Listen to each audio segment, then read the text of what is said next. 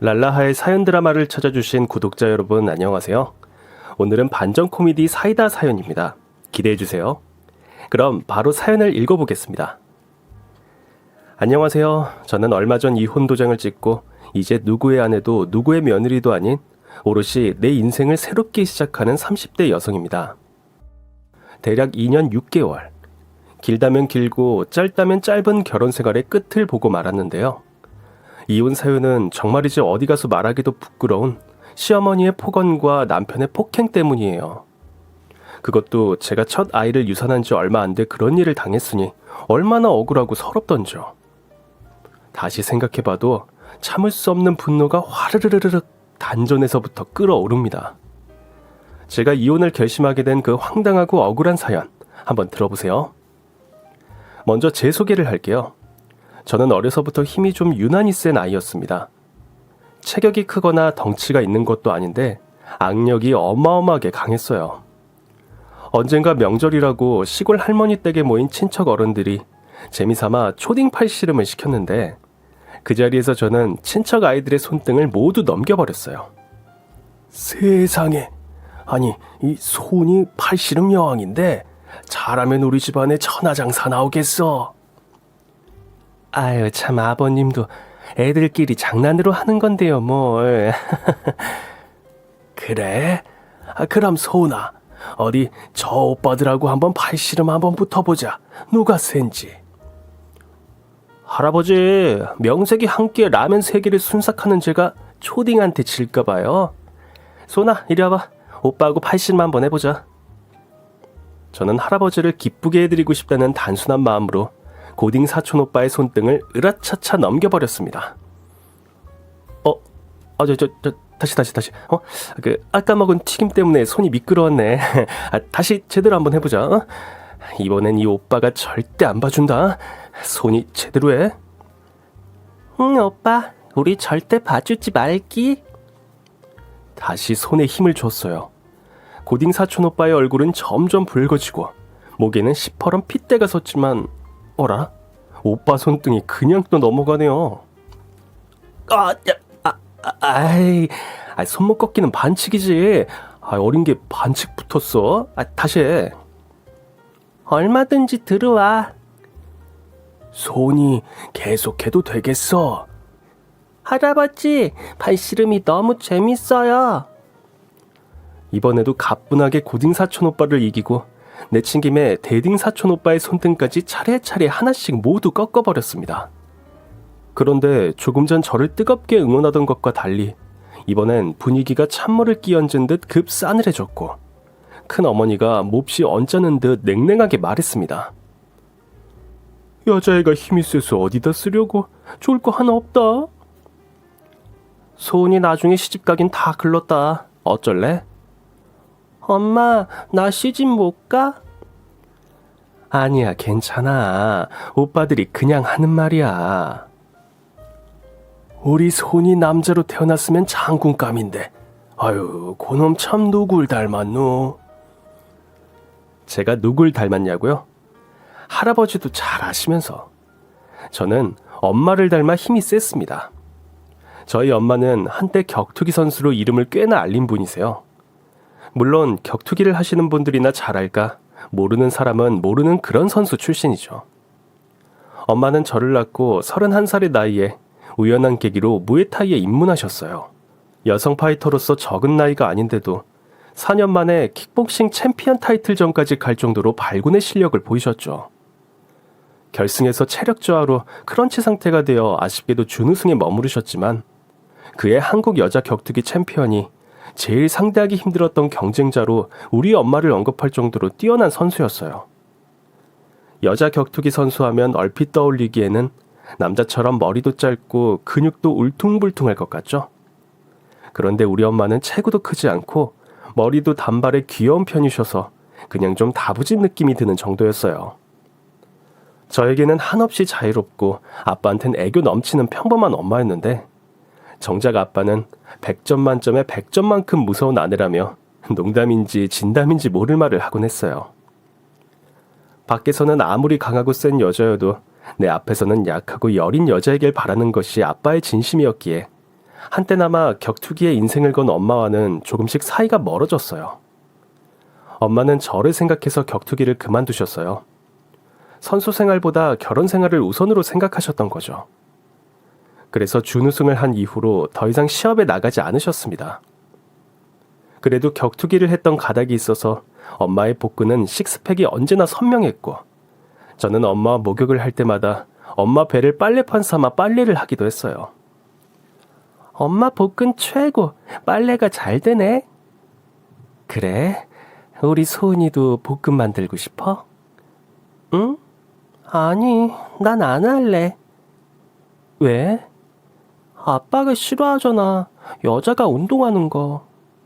타이슨도 울고 갈 엄마의 핵주먹. 불꽃펀치는 이제 엄마의 숨은 장기가 되어버렸습니다.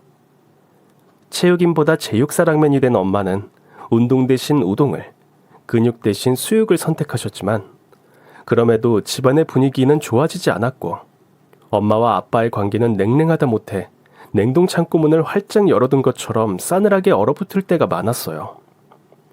그때마다 제 마음에도 고드름이 끼는 것처럼 춥고 떨렸습니다. 알게 모르게 불안했던 것 같아요. 결국 엄마와 아빠는 제가 중학교 2학년 때 헤어지셨는데, 그때 제 15년 인생이 와르르 무너지는 기분이 들었습니다. 소은아, 엄마 아빠가 할 말이 있어. 뭔데? 어떻게 설명해야 할지 잘 모르겠는데, 우리 소은이도 이제 중학생이고 다 컸잖아? 그러니까 소은이도 이해할 거라 생각하고 말할게. 응. 엄마랑 아빠가 사랑해서 결혼하고 소은이를 낳고 너무 행복했어. 그런데 지금은 엄마 아빠가 서로 사랑하지 않게 됐어. 엄마가 저를 부를 때부터 직감적으로 나쁜 일이란 걸 알았지만 이혼 이야기에 저는 눈물을 터뜨리고 말았습니다. 제 눈물을 보고 엄마는 말을 잇지 못하셨어요. 왜 사랑하지 않는 거야? 어떻게 사랑이 변해? 글쎄, 어떻게 설명해야 할까? 소은이가 친구랑 싸워서 멀어질 때가 있잖아. 그런 것처럼 엄마 아빠도 그런 거야.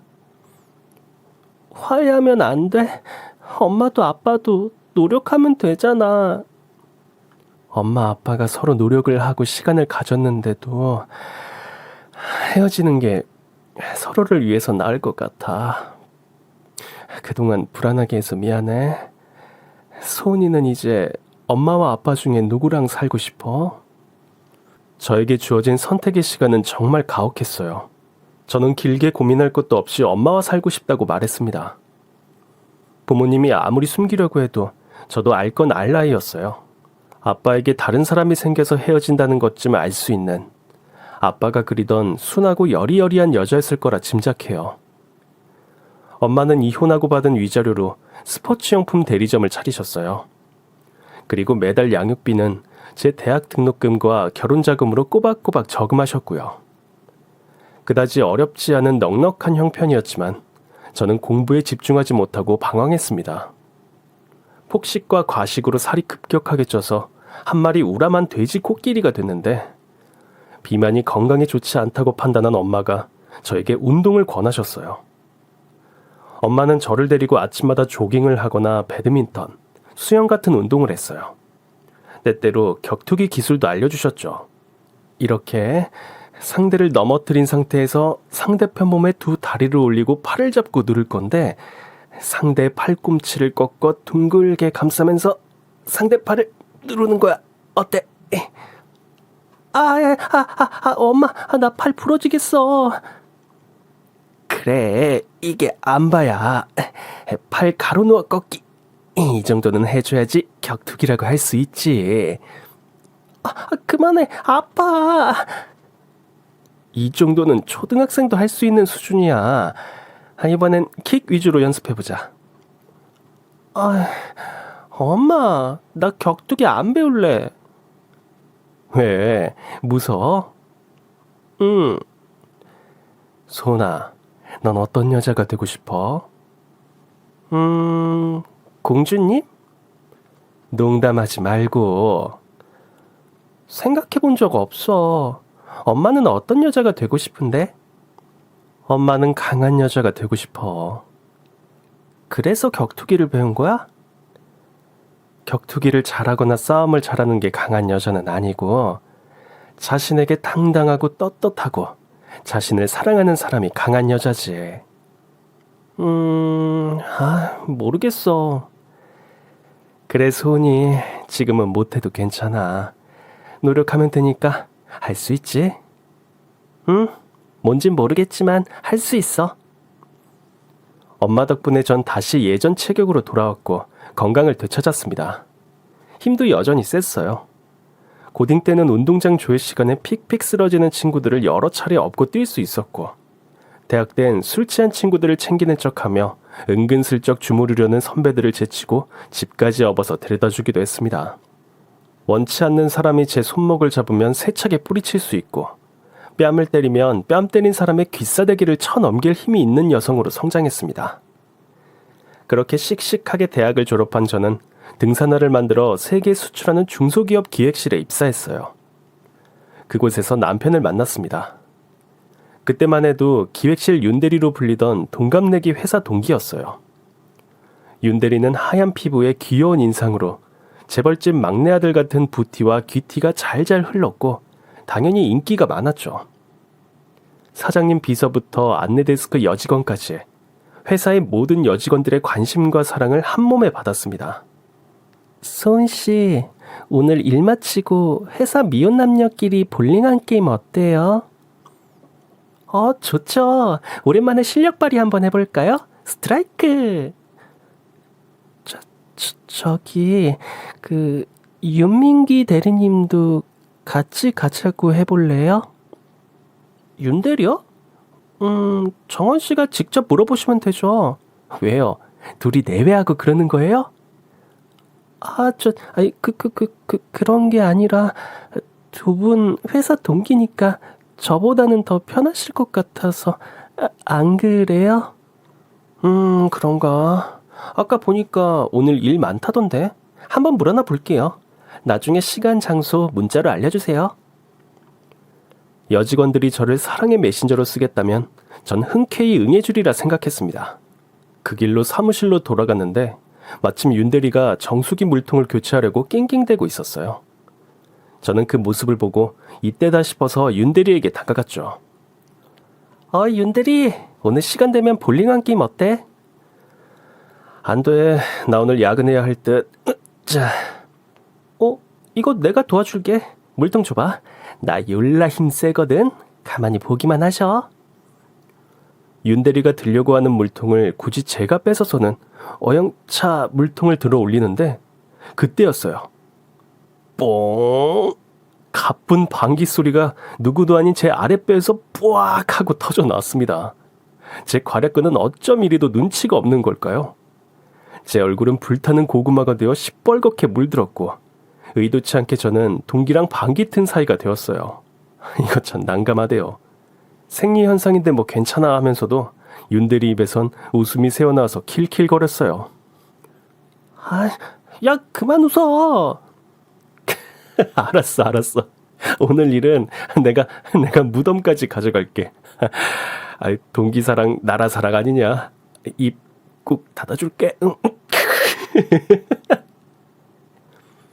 사랑은 방귀를 타고 오는 것일까요? 우린 방귀를 트고 사이가 급격하게 발전했습니다. 윤대리 요 녀석이 저 멀리에 있다가도 저만 보면 한달음에 달려와서 장난을 쳤거든요. 소나, 우리 사귈래? 뭐야? 너 나 좋아해? 언제부터 그런 거야? 네 방귀 소리를 들은 날부터 계속 귓가에 맴돌아. 네 방귀 소리가 뽕. 야, 너 죽을라고. 이게 정말 내가 그날 왜 물통을 든다고 해가지고. 아니, 진심이야, 진심. 나 너랑 정말 사귀고 싶어. 방귀를 터서 그런가? 더 가깝게 느껴진달까? 널 더 알고 싶어. 그럼 안 돼? 농담인지 진담인지 오가는 말장난 속에 저희는 점점 함께 있는 것에 익숙해졌어요. 솔직하게 말해봐. 내 어디가 좋은 건데? 너무 멋있고 사랑스러운데 정작 본인은 잘 모르는구나. 무엇보다 나랑 생각이 잘 맞잖아. 죽이 맞는달까? 보면 볼수록 매력적인 볼매가 너야. 넌 매력있어. 이날 이후로 우린 아무도 모르게 사귀는 사내 커플이 되었습니다. 전 연애를 시작하면서 좀 내숭이란 걸 떨어보았어요. 힘센 여자가 무서워 도망간 아빠에 대한 안 좋은 기억 때문인지 굳이 제가 힘센 여자로 보이고 싶지 않았어요. 둘이 출장을 가더라도 윤대리가 운전을 도맡아서 했고 캐리어 가방이며 등산화 샘플 물품도 윤대리가 당연하다는 듯이 다 들어주었습니다. 저는 윤대리 앞에서 공주님, 아니 비로소 여자가 된 것 같았어요. 아무도 모르게 사귄다고 생각했지만 아니었어요. 우리가 사귄 지 일주일도 안 돼서 회사에 소문이 쫙 퍼졌고 이 소식을 듣고 울고 불며 저를 시기 질투하는 여직원들이 속출했습니다. 알고 보니 윤대리가 진짜 우리 회사 사장님의 막내 아들이었더라고요. 우리는 사귄 지 6개월 만에 미래를 약속하는 사이로 발전했습니다. 엄마도 아빠와 이혼을 했기 때문에 제가 좋은 사람과 결혼하기를 바라셨는데 엄마는 윤대리를 별로 좋아하지 않으셨어요. 잘생기고 귀여워서 여자들에게 인기 많은 남자는 결국 얼굴값 한다는 것이 엄마의 지론이셨어요. 게다가 엄마가 재미삼아 관상을 공부했는데 윤대리의 관상이 결코 좋지 않다며 윤대리와의 교제를 반대하셨습니다. 엄마, 지금 시대가 어느 시대인데 알파고가 바둑을 두고 인공지능이 그림을 그리는 최첨단 과학시대의 관상을 왜 봐? 얘가 관상은 사이언스라는 말도 모르나 봐. 그런 게 어딨어. 그럼 뭐 침대도 과학이고 관상도 과학이면 둘이 뭐 같은 거 친구야 뭐야. 흥분하지 말고 일단 내 얘기 한번 들어봐. 엄마가 왜 관상을 공부했겠니? 다 내 관상이 안 좋아서 일이 잘 안 풀리나 싶어서 그런 거야. 그래서 뭐 우리 민기 씨 관상이 어떤데? 봐라 여기. 국가에서 공인한 관상대 백과사전에 따르면 눈, 코, 입, 네 남친 얼굴이 딱 폭력 남편 얼굴이다 이거지. 뭔 소리야? 엄마, 걔 힘 없어. 정수기 물통 하나도 낑낑대는 애가 무슨 폭력. 아휴, 그런 걱정일랑 하덜덜 마. 네 남친 여기 눈과 눈썹 사이가 멀잖아. 멋쟁이의 화려한 타입이잖아. 네 남친 여자한테 인기도 많지. 주위의 주목을 받고 인기를 누리는데 성격은 단호하지 못해. 그러면 주변의 여자가 득식을 들끓을 텐데 그게 바로 플레이보이인 거야. 엄마, 걔 나만 바라보는 사랑꾼이야. 지금이야 그렇지. 아 그래, 이 눈썹머리 어? 이건 사람의 승부욕 자존심을 나타내는데 눈썹머리 털이 고추 서 있잖아. 이런 사람은 성격이 예민하고 작은 마찰도 그냥 넘어가지 못하는 타입이야. 엄마, 걔가 좀 정의감이 남다를 뿐이야. 그런 성정 때문에 말보다 주먹이 앞서는 거지. 나중에 폭력 사건으로 구설수에 오르는 게 이런 눈썹이라고. 게다가 코끝도 뾰족하지. 이 코가 싸우기를 좋아하는 전형적인 폭력 남편 관상인데 아니 몰라. 엄마는 네가 이 결혼 안 했으면 좋겠다. 엄마, 민기 씨 성격이 예민해서 오히려 주변 사람들을 잘 챙겨주는 거야. 센스티브 하니까. 그리고 정의감 때문에 주먹이 앞선다고 해도 나는 불의를 보고 회피하는 인간보다는 낫다고 봐. 아휴, 그래도 엄마는 왜 이렇게 불안하니? 조마조마하고 막 그래. 엄마는 자기 딸을 그렇게 못 믿어? 내가 그렇게 사람 보는 눈이 없을까봐? 민기 씨가 나한테 얼마나 잘해주는지 알면서. 이렇게 엄마를 설득했어요. 정말이지 누가 타임머신 좀 만들어주세요. 지금이라도 타임머신을 타고 가서 저 나불나불대던 제 입을 떼찌떼찌하고 머리를 콩콩 쥐어박고 싶어요. 아무튼 엄마의 진심 어린 우려와 걱정을 저는 쓸데없는 염려라 치부하고 설레는 마음으로 상견례까지 치렀습니다. 어디서 그런 근거 없는 자신감으로 충만했는지 모르겠어요. 연애할 때만 해도 남편은 한없이 다정하고 10점 만점에 10점짜리 완벽한 남친이었거든요. 그런데 결혼을 하고 난 뒤 상견례 때는 보이지 않았던 것들이 본격적으로 보이기 시작했습니다. 남편을 향한 시어머니의 과도하고 지나친 애정과 집착이 말이죠.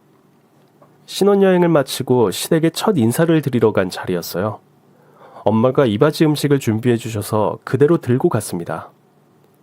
오색 비단으로 고급스럽게 포장한 천을푼이 그릇마다 도미와 문어, 전복, 갈비찜, 각종 전과 튀김, 떡과 술에 5가지 밑반찬이 먹음직스럽게 담겨 있었어요.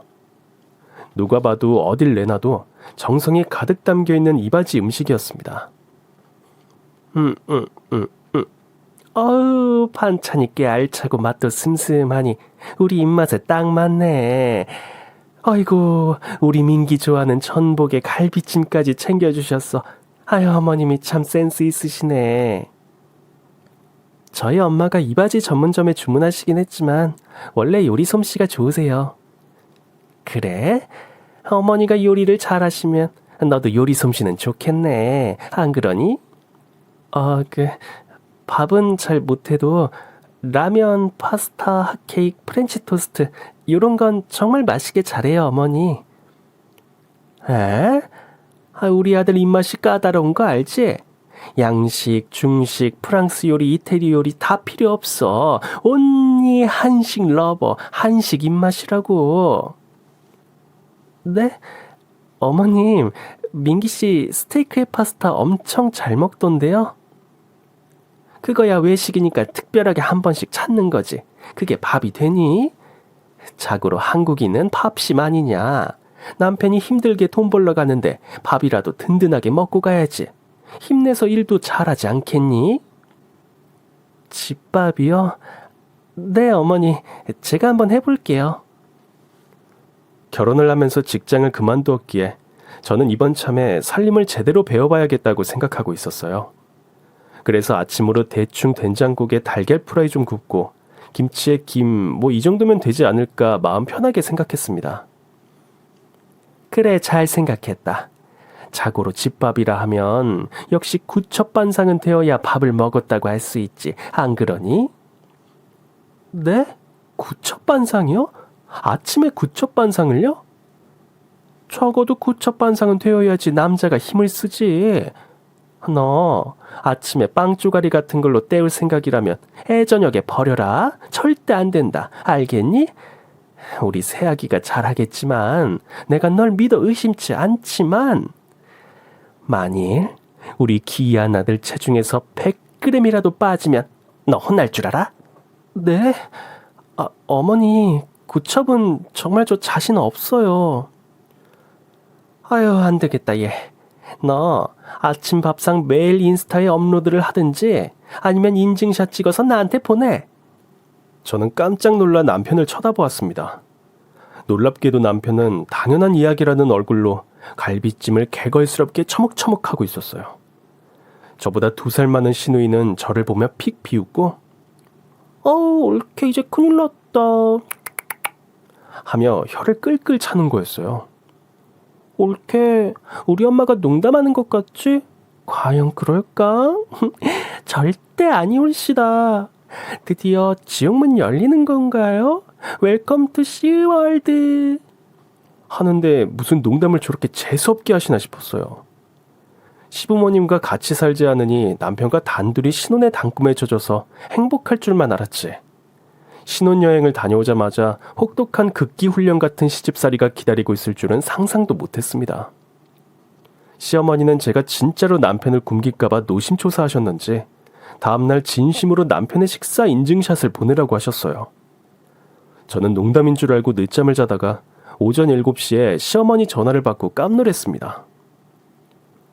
어머니 진짜로 보내요? 어머, 얘 좀 봐. 내가 할 일 없어서 며느리 데리고 말장난 하겠니? 당장 오늘 아침 밥상 사진으로 보내. 어머니 죄송한데 잠시만요. 잠시만 기다려주세요. 명색이 시어머니의 첫 지시사항인데 놓치면 안 될 것 같아서 부랴부랴 냉장고 문을 열고 어제 엄마가 넣어주신 밑반찬으로 밥상을 차리고 시어머니께 사진을 보냈습니다. 겨우 7첩밖에 되지 않았어요. 아니나 다를까 시어머니는 영 못마땅한 티를 내시며 절 타박하셨어요. 이게 뭐니? 어제 먹은 반찬 그대로 식탁에 올렸네?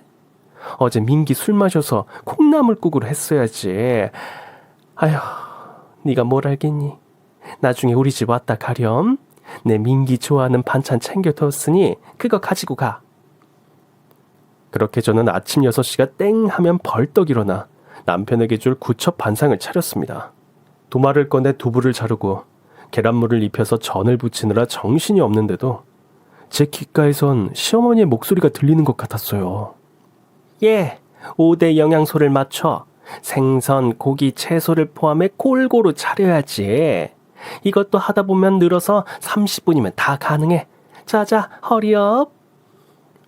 부엌에만 들어서면 어머니의 잔소리가 자동 재생되는 것 같아서 정말 미치고 환장할 노릇이었습니다. 그래도 그때만 해도 저는 이렇게 하면 진정한 주부 구단, 현모양처가 될 거라고 생각했죠. 그런데 좀 얄미운 게 시어머니가 보내주시는 반찬을 가만 보면 제 입맛을 전혀 고려하지 않은 순전히 남편의 입맛에 맞춘 반찬들만 엄선해서 꾸준히 보내주셨고요. 제가 만일 밥이 아니라 토스트나 샐러드로 때우는 날이면 잔소리가 장난이 아니었습니다. 그리고 시어머니와 저는 사랑하는 연인처럼 매일같이 영상통화를 했는데요. 주로 어떤 내용이냐면요. 네, 어머니. 민기씨 아침 7시 30분 정각에 식사했고요. 어제 회식해서 속이 좋지 않다고 해서 제가 김치 넣고 끓인 콩나물국 해장국 시원하게 원샷하고 갔어요.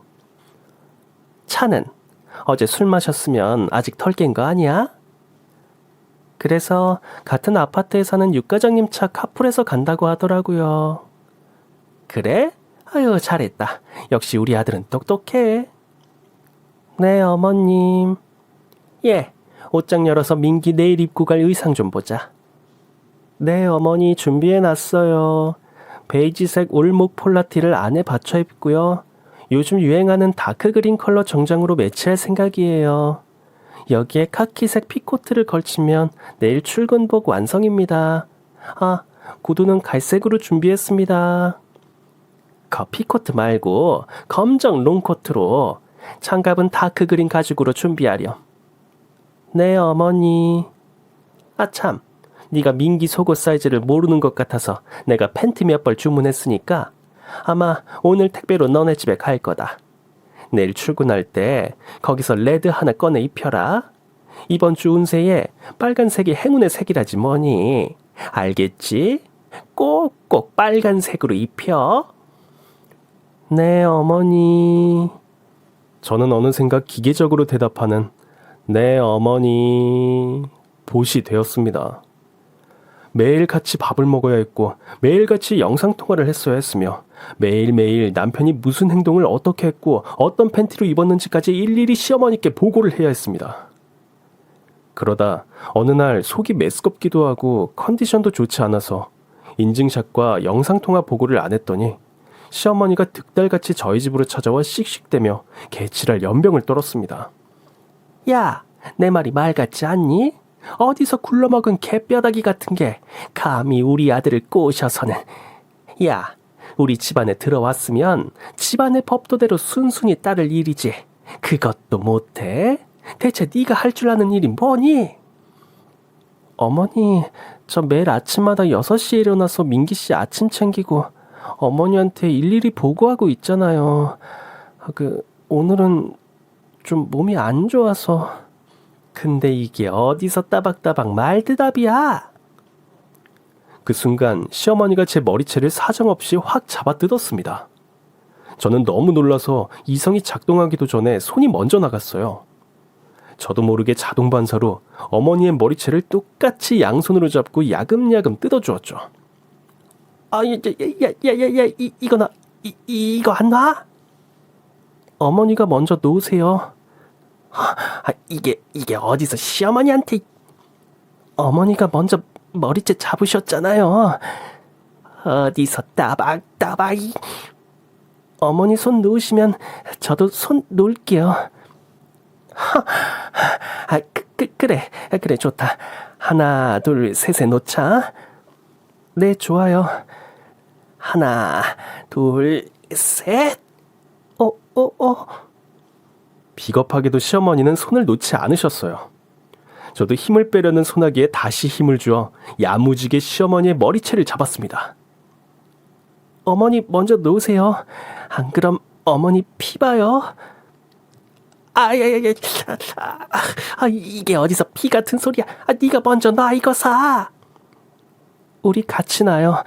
이번엔 제가 셀게요. 하나, 둘, 셋.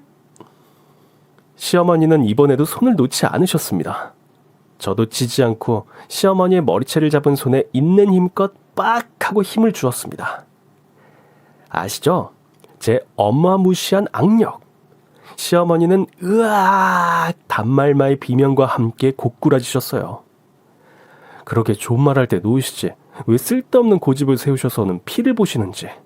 아무튼 시어머니는 엉겁결에 제 머리채를 잡았던 손을 놓고 온팡 뜯겨져 나간 자기 머리를 부여잡았습니다. 내 인연이, 내 소중한 머리숱을 감히. 야, 네가 지금 뭔 짓을 한 줄 알아? 그래서 제가 경고했잖아요. 피 보신다고요.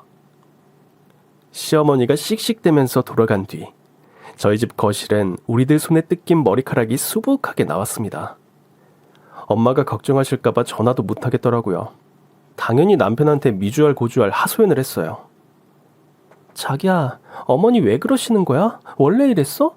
너무한 거 아니야? 여기 내 머리 좀 봐. 우리 엄마 들어 누우셨다.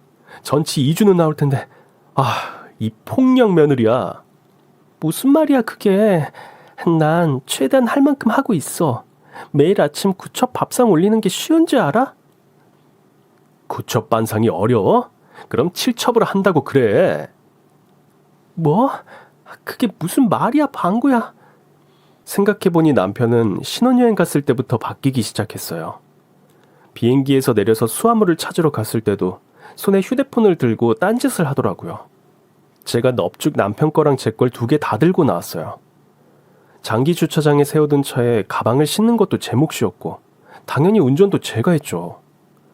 그때도 남편의 태도가 좀 이상했지만 많이 피곤한가 하고 남편을 이해하려고 했어요. 결혼 전에 제가 남편을 애먹이거나 괴롭히지도 않았는데 무슨 복수를 하는 것 마냥 어머니 편에 서서 저를 외롭게 했습니다.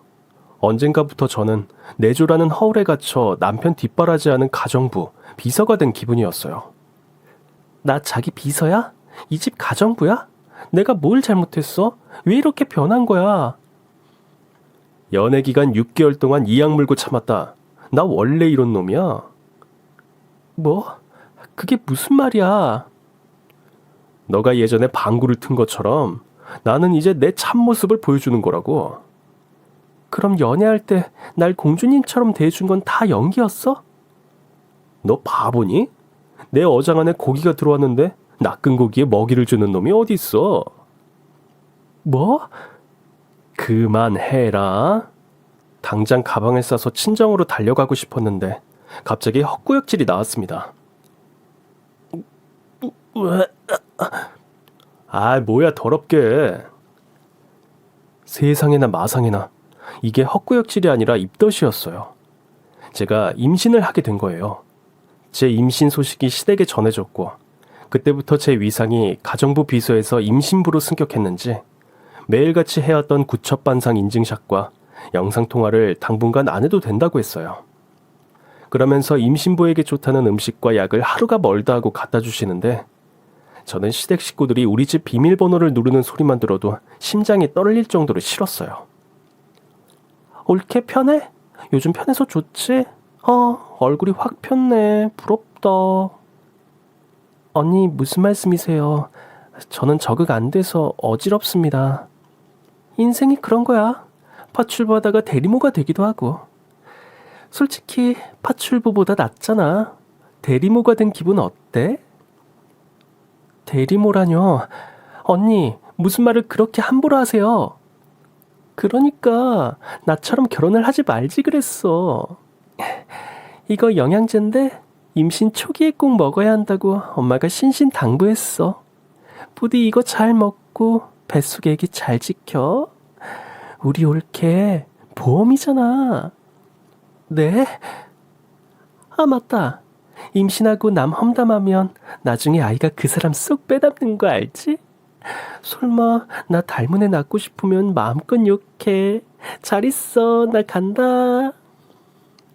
시댁 식구들은 단체로 어디 싸가지가 바가지가 되는 막말 학원을 다녔는지 막말과 폭언엔 일가견이 있었습니다.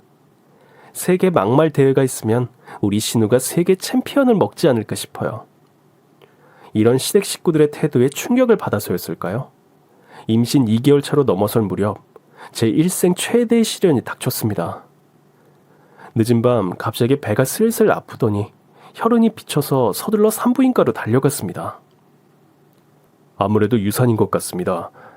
초음파에 아기집이 보이지 않네요. 네? 무슨 말씀이세요? 아기집이 없다뇨? 그럼 우리 아기가 사라졌다는 거예요?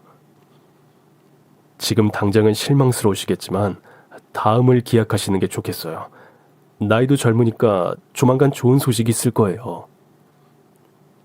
그럼 전 어떻게 해야 하나요? 수술을 받아야 하나요? 아니요. 고여있던 피와 함께 아기집이 나왔기 때문에 따로 시술을 할 필요는 없어요. 대신 환자분 몸조리를 잘 하셔야 합니다. 저는 그 순간부터 산모님에서 환자님으로 명칭이 바뀌었고 그제야 아이를 잃었다는 걸 실감했습니다. 저는 기댈 곳을 찾아 친정에 갔습니다. 엄마 품에 안겨 얼마나 울었는지 몰라요. 엄마, 내 아기가 있었는데 어제까지 살아 있었는데 없대. 아야, 그래 내 새끼. 온다고 얼굴이 퉁퉁 부었네. 아무리 슬프고 괴로워도 다 지나간다. 엄마, 아기가 너무 가여워. 가여워서 눈물이 안 멈춰. 그래. 오늘은 있는 힘껏 울어. 일주일 정도 여기 있을 거라고 윤서방한테 엄마가 전화하마. 엄마는 유산도 아기 낳은 것처럼 똑같이 산후조리를 잘해야 한다며 엄마 옆에서 몸조리를 하라고 했습니다. 저 역시 엄마 옆에서 그동안 시댁에서 파출부 마냥 학대받았던 몸과 마음을 쉬고 싶었습니다. 엄마는 시어머니에게 전화해 사정을 말했지만 시어머니는 불같이 화를 내셨어요. 시어머니는 아들이기를 두 손 모아 기도하다가 유산되었다는 소식을 듣자마자 당장 집으로 들어오라고 불호령을 내렸습니다. 엄마, 나 여기 있을래. 사부인, 얘가 아파서 제가 몸조리 좀 시킬게요. 사돈, 저 애를 못 믿으셔서 그래요? 우리가 애를 잡습니까? 아니요, 그런 게 아니라 아이가 몸도 마음도 지쳐 보여서 그렇습니다.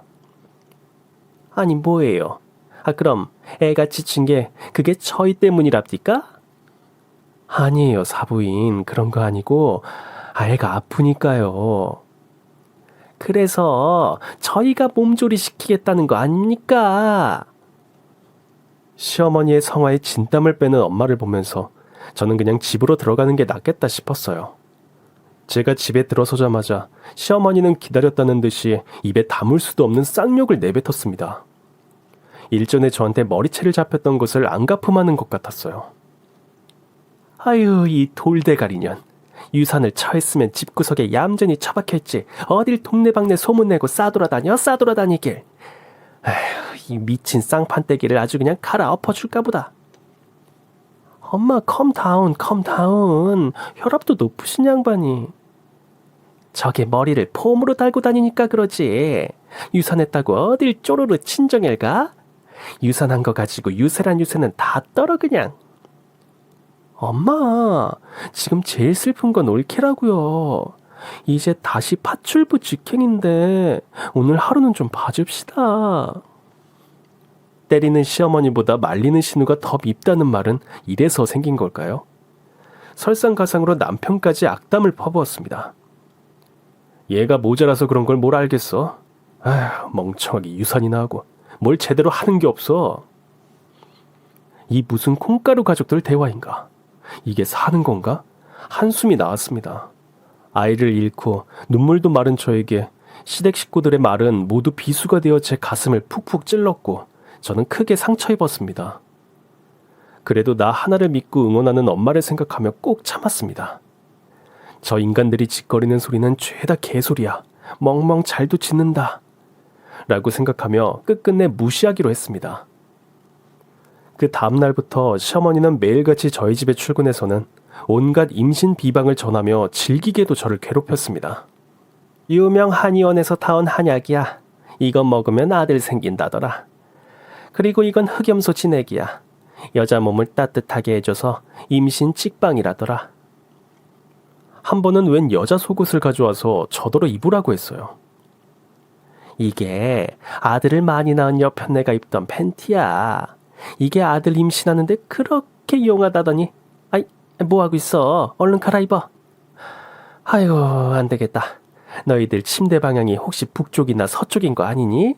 침대 방향이 동쪽이어야 하는데 너네 침대 방향 좀 바꿔봐.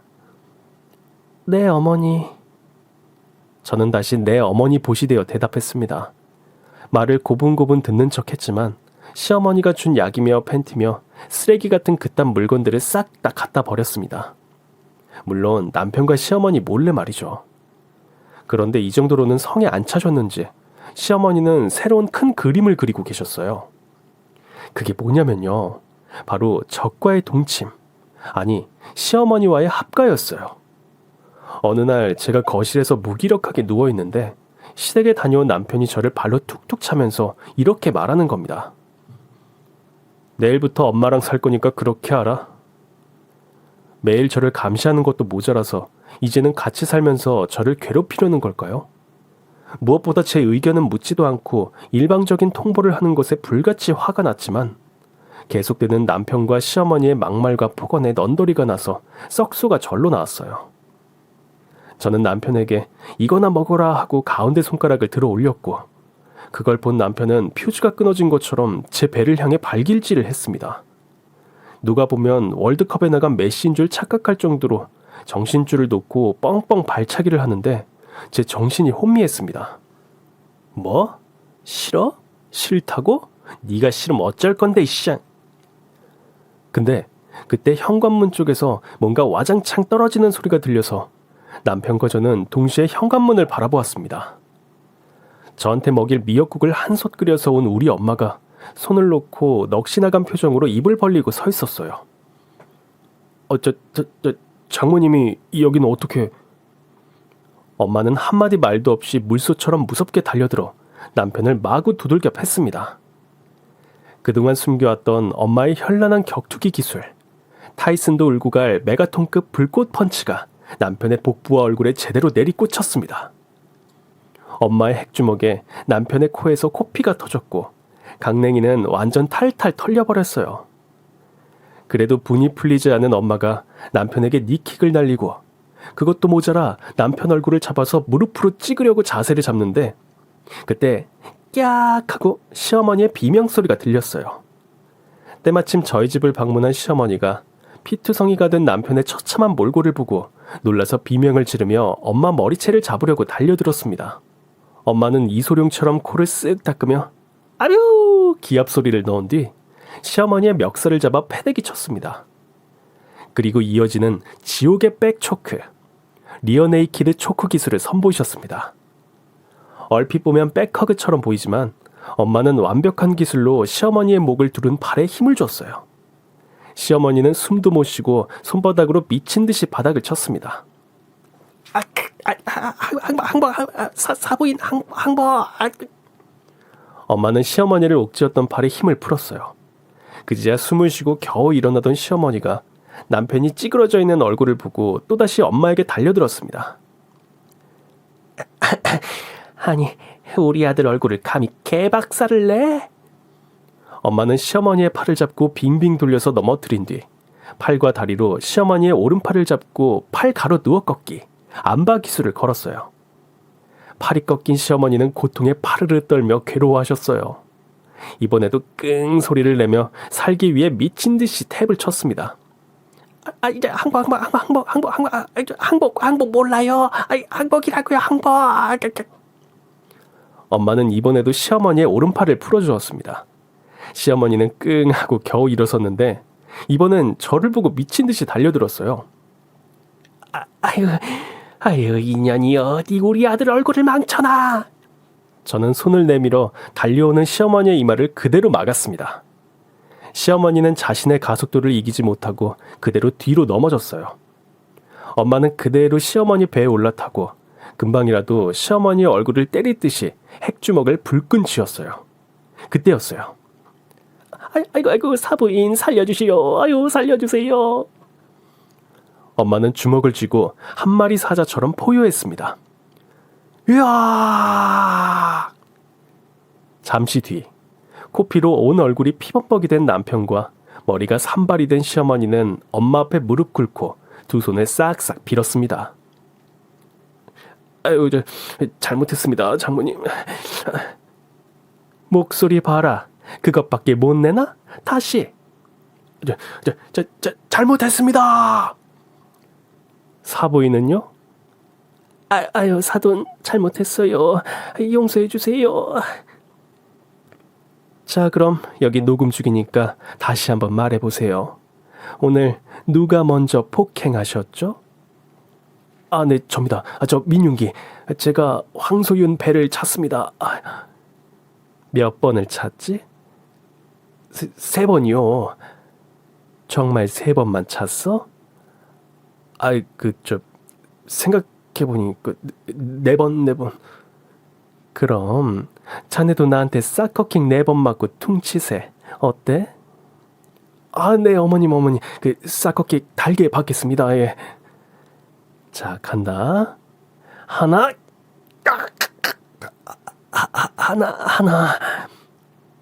둘. 둘. 셋. 셋. 마지막. 넷.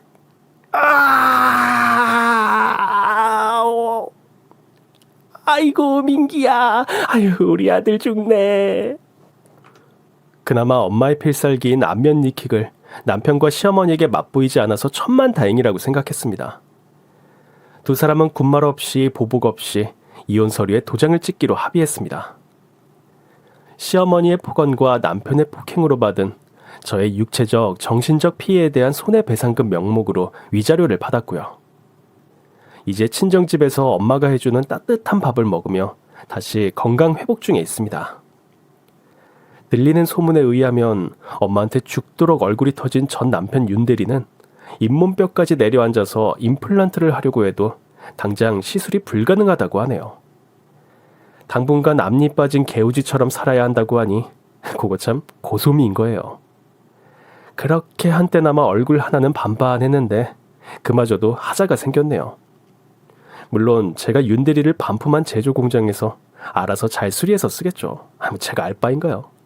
앞에서도 말씀드렸듯이 저는 이제 누구의 아내도 며느리도 아닌 제 인생을 살게 되었습니다. 지금도 전 힘이 굉장히 세요.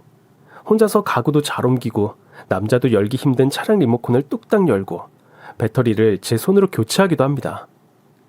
저는 이제 우리 엄마처럼 강한 여자가 되려고 해요. 싸움을 잘하는 강한 여자 말고 자신에게 당당하고 자신을 있는 그대로 사랑하는 강한 여자. 새롭게 거듭나는 저를 지켜봐 주세요. 지금까지 제 이야기를 들어주셔서 고맙습니다. 메리 크리스마스 하시고 해피 뉴 이어 하세요. 어떠셨나요? 오늘의 사연에 공감하고 즐겁게 들으셨나요? 그럼 구독과 좋아요를 꼭 눌러주세요. 저는 내일도 더 화끈하고 재밌는 이야기로 찾아오겠습니다. 행복한 하루 보내세요.